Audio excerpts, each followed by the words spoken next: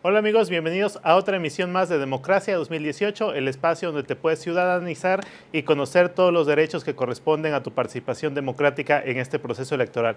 El día de hoy nos acompaña el doctor Carlos Antonio Vázquez Azuara, que es un destacado académico, investigador de la Universidad de Jalapa y que nos va a hablar acerca del sistema democrático y el voto. Bienvenido, doctor Carlos. Mi querido Francisco, qué gusto saludarte y es un verdadero honor estar aquí con ustedes. Muchas gracias por acompañarnos y bueno, vamos a entrar en materia con la primera pregunta que podemos aclarar para nuestro público. ¿Cuál es la importancia que tiene el voto dentro del sistema democrático?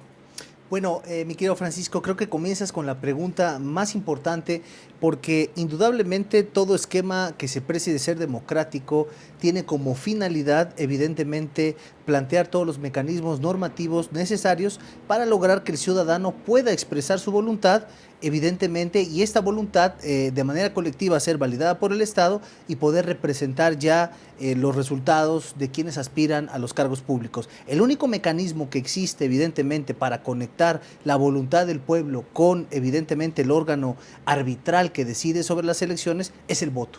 Es el mecanismo exclusivo de toda democracia para poder materializar la voluntad de los gobernados. Ok, bueno, tenemos aquí una situación muy importante. Efectivamente, el voto, como se ha comentado mucho, es un derecho fundamental. Así es. Y es un mecanismo esencial para la participación ciudadana, ¿no? Para que nosotros podamos, en este caso, delegar nuestra voluntad en un representante que elegimos a través de una casilla. Pero muchas veces se dice que se le da tanta importancia, ¿no?, que incluso pensamos que nuestra participación en la democracia prácticamente se reduce a votar nada más.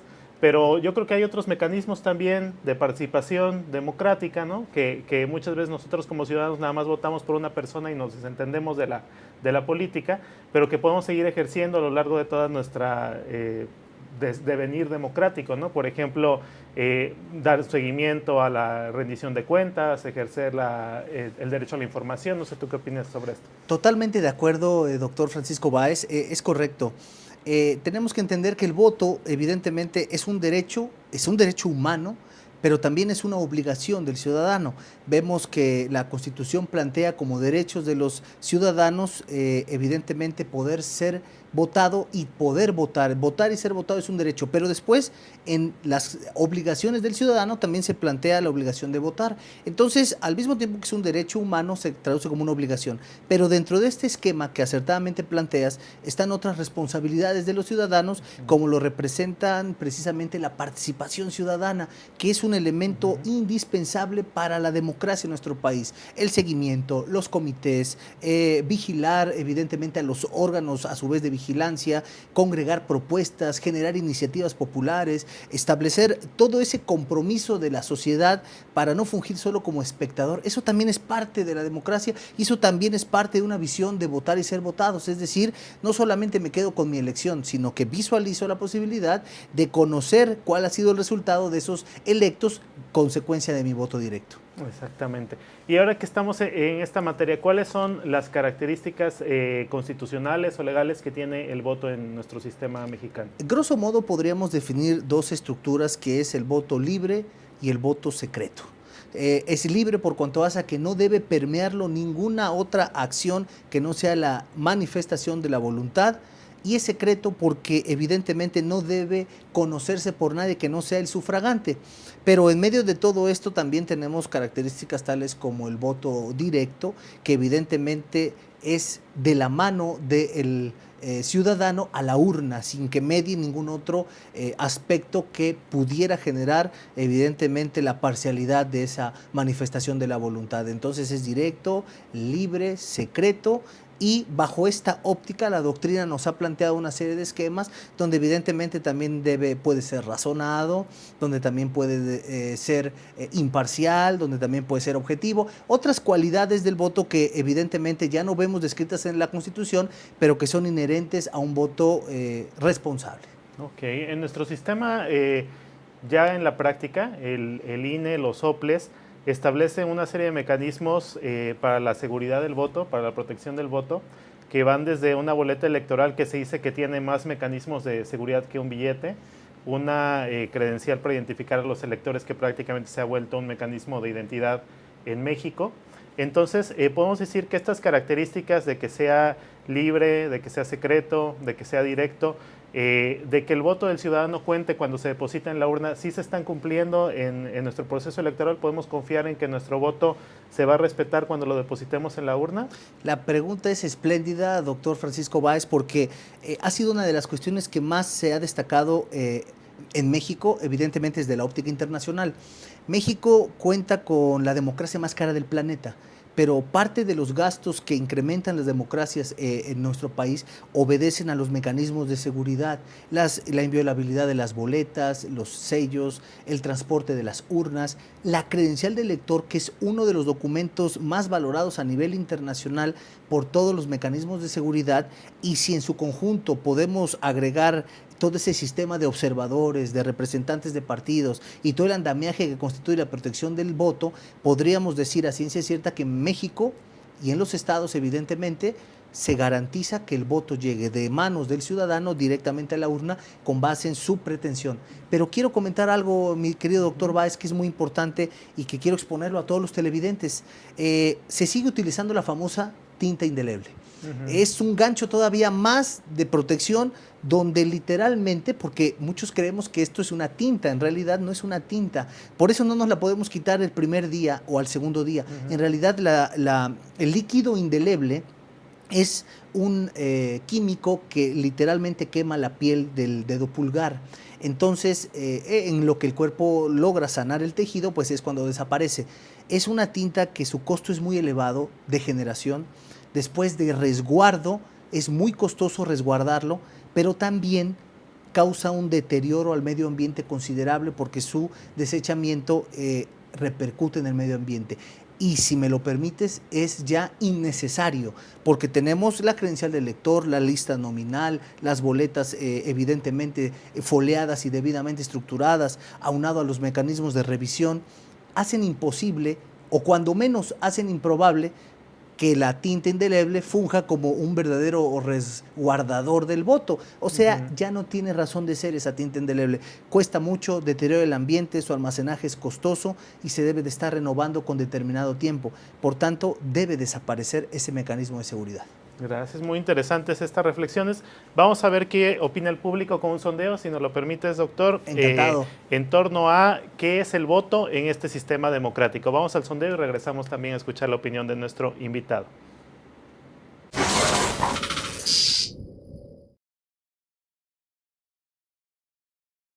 Bueno, yo siento que el voto es la manera democrática de elegir a alguien que nos represente.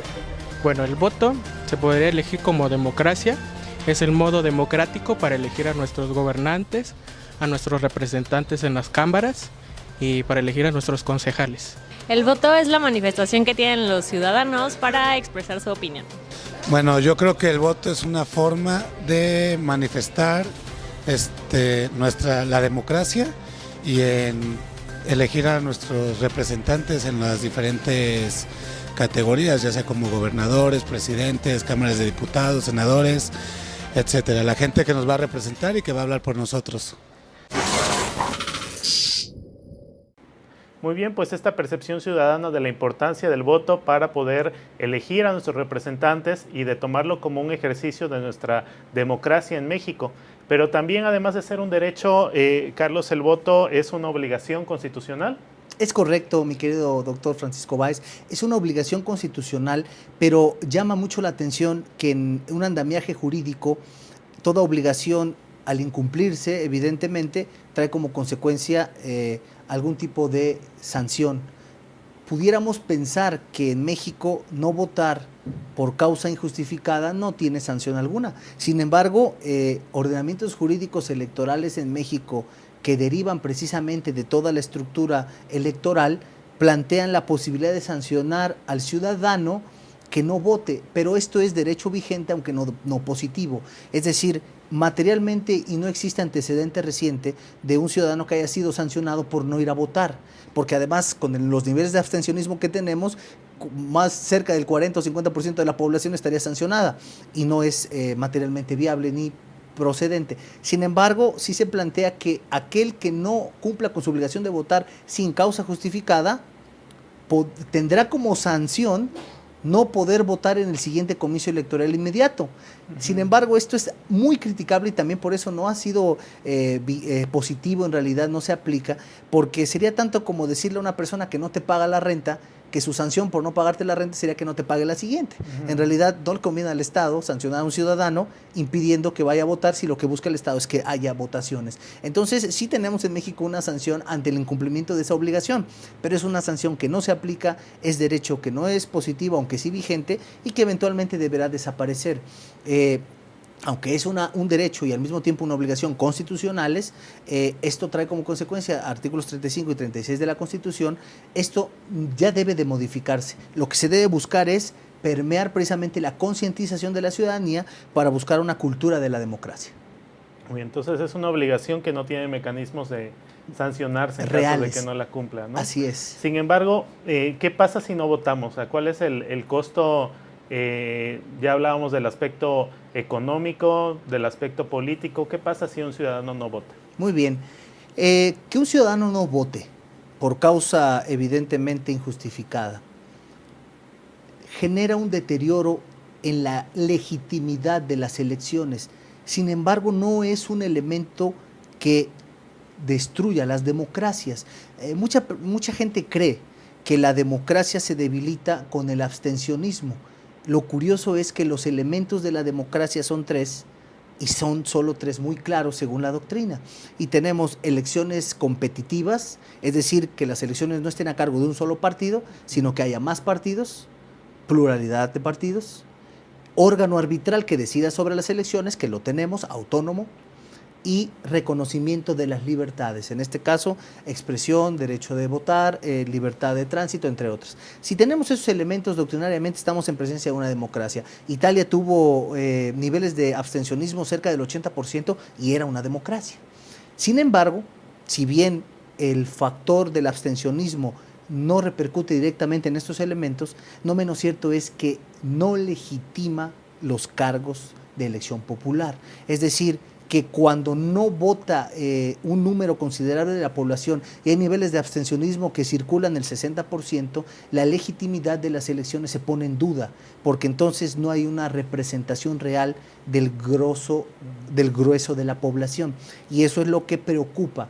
El abstencionismo, no ir a votar, causa un deterioro evidentemente en la legitimación de las elecciones y de manera quizás indirecta está causando un deterioro en la estructura democrática del país. Sí, y finalmente es un ciudadano que no ejerce una potestad, un derecho que tiene otorgado constitucionalmente, ¿no? Y que incluso ha costado a generaciones atrás, incluso sangre, letras, mucha argumentación para poderlo obtener, ¿no? Hablábamos de algunas décadas atrás que las mujeres no tenían derecho al voto y lo que costó para el género reconocer esa equidad y tener ahora una votación abierta y como debe ser equitativa entre hombres y mujeres, ahora con la participación también, no solamente el derecho de votar, sino el ser votado, y como decíamos en un inicio, es prácticamente lo mínimo que puede hacer el ciudadano, o sea, se le da el peso al derecho de decidir quién te va a representar, pero también a lo largo de todo el sexenio, de todos los 3 años que esté la persona que tú eliges, tienes que seguir participando, ¿no? Con otros derechos como los que mencionamos, el de petición, el de información, el de rendición de cuentas. Entonces lo mínimo que puede hacer el ciudadano es ese día tomarse un momento para ir a votar.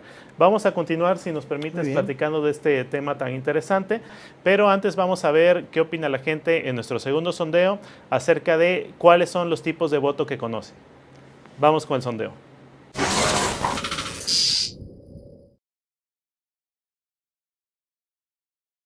Hay votos válidos, hay votos nulos, hay votos que están categorizados como transitorios cuando son impugnados por alguna razón y pasan por un momento específico para que su resolución definitiva se tome como un voto válido o nulo dependiendo del resultado de esa impugnación. Existe el voto nulo y el voto impugnado y tal como es el voto. Bueno, pues solo sé que existe el voto nulo, que es cuando rayas más de una casilla que no sea de una alianza o así, del partido. Impugnado y nulo. Muy bien, doctor, pues nos refleja la ciudadanía un conocimiento de algunas variantes del voto. Se mencionó el voto nulo, un voto transitorio, el voto válido, el voto anulado. ¿Qué nos puedes tú comentar al respecto? Muy bien, la verdad es que las respuestas están muy interesantes. Yo haría la distinción entre tipos de voto y clasificaciones del voto. Las clasificaciones del voto, como bien se ha dicho, es el válido, el nulo, el impugnado y el transitorio, como una clasificación del voto. Pero los tipos de voto típicamente lo tenemos por cuanto hace a su manifestación, que puede ser el tradicional en papel a través de la boleta y puede ser el voto electrónico, que ya en algunos países ya comienza a tener efectos, pero también por cuanto hace su territorialidad, que puede ser el voto interno y el voto en país extranjero, que es el que típicamente los connacionales que radican en otro país vecino, bueno, mediante urnas especiales pueden sufragarlo. El voto evidentemente que va representando también las democracias, pero que no necesariamente es en territorio mexicano. Entonces la doctrina nos ofrece un bagaje muy amplio de clasificaciones del voto y tipos de voto. Sin embargo, de manera general vamos atentos, veo muy acertados estos sondeos porque nos permite comprender cómo la ciudadanía va pudiendo vislumbrar ese derecho y obligación que tienen, pero yo quisiera, si me lo permites, doctor, reparar un poquito en el voto electrónico.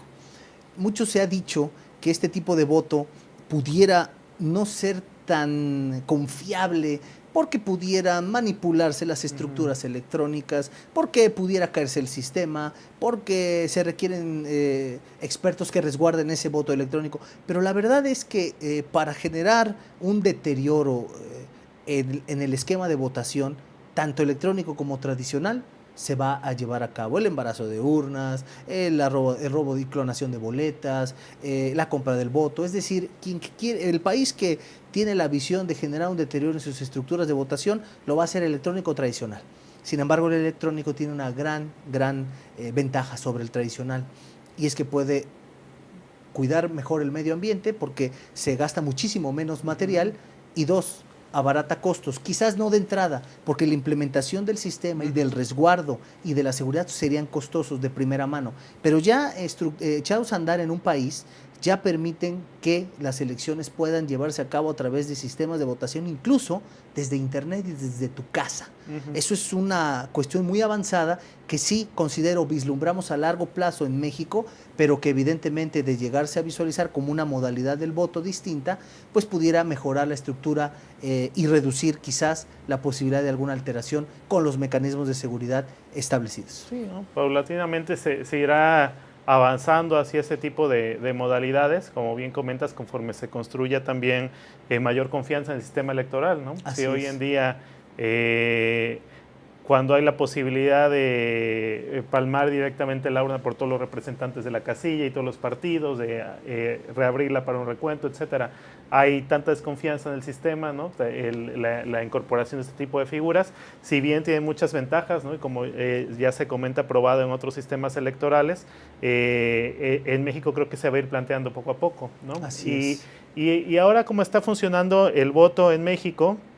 Y para orientar a la ciudadanía, ¿cuáles son las características que debe tener el voto del ciudadano para ser válido, o qué debe evitar para que algún voto que quizás sí tiene la intención de emitir válidamente pudiera anularse por algún error en el llenado o alguna situación así? Muy bien, recordemos que la manera de expresar este voto, que además hace rato mencionábamos que hay tipos y clasificaciones. Dentro de los tipos de voto, por cuanto hace a su territorialidad, decíamos interno y externo, pero por cuanto hace a su calidad, tenemos la clasificación del voto razonado, del voto duro y del voto indeciso, entre otras. Yo menciono esas tres porque tienen relación con lo que me preguntas de cuándo un voto pudiera ser calificado de nulo por no cumplir algunos requisitos, o cuándo este voto no pudiera reunir precisamente esas exigencias que, para ser tomado en cuenta, bueno, evidentemente se deben cumplir. Cuando el voto es duro, evidentemente es porque ya se piensa votar por alguna línea independientemente de la influencia que tengamos. Cuando es voto razonado es porque se han puesto sobre la mesa las circunstancias que permiten orientar nuestra decisión. Pero cuando es voto de los indecisos, es un voto que evidentemente de una persona que no tiene claridad sobre quién votar. Típicamente estos votos indecisos son los que van generando cierta nulidad por cuanto hace el llenado precisamente de esas actas a través de la cruz tradicional. Entonces, ¿qué es lo que pasa? Que a veces se marcan dos opciones lejos de una.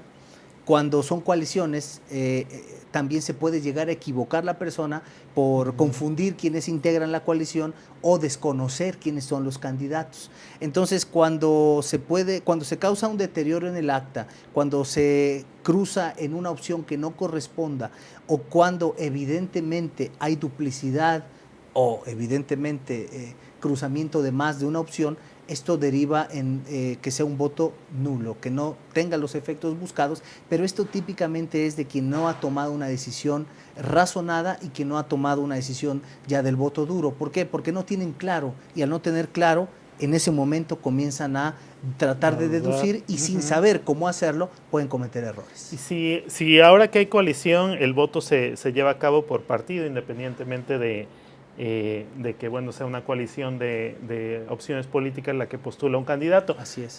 Si una persona tachara dos opciones, pero el mismo candidato con diferentes partidos, ¿ese voto cuenta? Por supuesto que sí, mientras sea, puede ser por partido o puede ser por coalición, y si son partidos de la coalición, cuenta totalmente. Donde no va a contar es cuando evidentemente sean diferentes partidos de una coalición a la que no corresponden. Evidentemente ahí sí sería nulo. De lo contrario, sí se puede. Ok, cada elección hay una polémica que se repite ya prácticamente como una tradición, que es el tema de la anulación del voto. Muchos ciudadanos no se sienten convencidos por ninguna de las opciones políticas. Los candidatos que ofrecen los partidos, ninguno le convence, ninguno le parece adecuado a sus percepciones, a los proyectos que pudiera tener el ciudadano para el país o la visión que tenga en torno a lo que espera de un representante. Y entonces, como tú decías, incluso de una manera razonada, consciente, se decide anular la boleta. ¿Qué podemos decir de los votos nulos? ¿Son antidemocráticos? ¿Son una opción válida en la democracia? ¿O pues es una opción por la cual el ciudadano no debiera decantarse? Muy bien, indudablemente es un fenómeno creciente, lo has dicho acertadamente, doctor, es un fenómeno creciente manifestar cierto repudio a las instituciones haciendo uso de estos mecanismos de manera contraria, es decir, voy a emitir mi inconformidad anulando deliberadamente mi voto. ¿Cuál es la forma más tradicional? Cuando tachan toda la boleta. Pero hay otras un poquito... Una grosería, así es. Un dibujito ahí. Esas son las más agresivas, las que comienzan con una leyenda. El clásico meme que vemos circulando, que no podemos decir en televisión, pero dice, ahora que los tengo aquí todos juntos, vayan, y bueno, lamentablemente es una ofensa, pero utilizan las boletas electorales para generar la manifestación de su desacuerdo con determinadas circunstancias institucionales, gubernamentales, pero además se ha vuelto un fenómeno creciente. Los votos nulos con base en precisamente el tachado completo de las boletas o la manifestación por escrito de determinadas circunstancias, indudablemente es un deterioro al aparato democrático. Hay elecciones en las que es la cuarta fuerza electoral, el voto nulo. El voto nulo. Entonces, en lo personal, ¿tú crees que no es una opción para el ciudadano que está en contra de Sí, por supuesto que sistema? No. Sí, y qué bueno que lo comentas, doctor, y qué bueno que estamos con el auditorio. Si como ciudadanos, y lo mencionabas hace rato acertadamente, la participación ciudadana, si como ciudadanos deseamos externar nuestro repudio, manifestar nuestro rechazo a determinadas circunstancias o unirnos como ciudadanos para poder lograr un objetivo de interés colectivo, no busquemos este tipo de mecanismos que para nada sirven para alcanzar esos fines. Es decir, echar a perder una boleta, invertir tiempo en ir a formarme a la urna para generar ese tipo de circunstancias, lo que cuesta la democracia en el país, sin que sea fructífero para nuestras pretensiones, evidentemente no tiene ningún sentido. Si lo que queremos es externar nuestra negativa respecto de una situación en particular, buscar los mecanismos de participación ciudadana, participar en las convocatorias para los comités, estructurar iniciativas populares, generar propuestas dirigidas mediante el derecho de petición a los gobernantes, buscar el consenso social, los poderes fácticos, los medios de comunicación, las asociaciones sin fines negativos o violentos. Esos son los mecanismos que sí tienen como resultado un beneficio práctico. Esto de echar a perder los votos para poder desahogar un poco nuestra inconformidad solo deteriora el aparato democrático que nos regula. Bueno, sin que sea lo mismo que un abstencionismo, ¿no? Como decías, el voto y la participación en una elección de alguna manera legitima. El sistema político legitima el sistema de partidos, legitima a los candidatos independientes, a los propios representantes que emanen de esa votación. Y es cierto, el ciudadano que se abstiene, pues de alguna manera echa a la basura todo el esfuerzo institucional y la inversión económica que implica organizar una elección. Pero el ciudadano que, como comentabas también, toma su tiempo para ir a la casilla, para formarse y de alguna manera está interesado en participar, pero no se convence por alguna de las opciones, entonces, ¿qué puede hacer? Muy bien, esto es importante y decíamos del voto razonado, que además lo planteabas. Tenemos todos hoy, con el embate tecnológico, trascendemos de la sociedad del conocimiento, de la información, a la sociedad del conocimiento. Todos tenemos posibilidades de informarnos adecuadamente de las plataformas, de los objetivos, vemos los debates, nos forjamos un criterio. Cuando nosotros podemos taladrar este camino de información sobre los aspirantes a los cargos públicos, podemos tener la certeza de que llegaremos a la urna a tomar una decisión concreta. Me ha tocado ver filas que avanzan muy rápido, pero también me ha tocado ver filas de personas que permanecen en la urna y no salen, incluso los comentarios de quienes están formados, es que no es confesionario, ya vota. Son personas que seguramente tienen una visión indecisa y que en ese momento están leyendo los nombres y en ese momento están tratando de dilucidar quién será el voto. ¿Qué es lo que yo recomiendo derivado de tu pregunta? Razonar el voto previamente antes de acudir a las urnas. Pensarlo, tomarnos un poco de tiempo, aprovechar los espacios públicos, las plataformas donde están evidentemente todas las propuestas de los candidatos. Y bueno, quien está alineado por ese voto duro, que ya sabe por quién va a votar independientemente de las circunstancias, bueno, pues que vaya y lo materialice. Pero el voto de los indecisos y el voto evidentemente de repudio pueden cambiar por un voto razonado si evidentemente se allegan de la información previamente. Y esto ayudaría muchísimo a evitar algunos retrasos, pero además a mejorar la calidad de las elecciones. Hemos dicho que si hay votos nulos por repudio personal y aparte le sumamos que en los últimos comicios electorales existe alrededor de un 50% de abstencionismo en números redondos, una mediana aproximada, entonces si el 50% no vota y del 50% que sí hay un porcentaje alto de votos nulos, pues estamos dejando la decisión democrática en manos de unos cuantos y eso no legitima para nada al poder público. Muchas gracias, Carlos. Interesantes reflexiones. Los invitamos a ustedes a que sigan con nosotros en nuestra emisión la próxima semana para continuar platicando de estos temas de la democracia y que nos ciudadanizan para poder participar en la vida política y en la vida pública de nuestro país. Esto es Democracia 2018 y nos vemos la próxima semana. Muchas gracias, Carlos. Un gusto, mi querido Francisco. Muchas gracias también a ustedes. Nos esperamos el próximo viernes.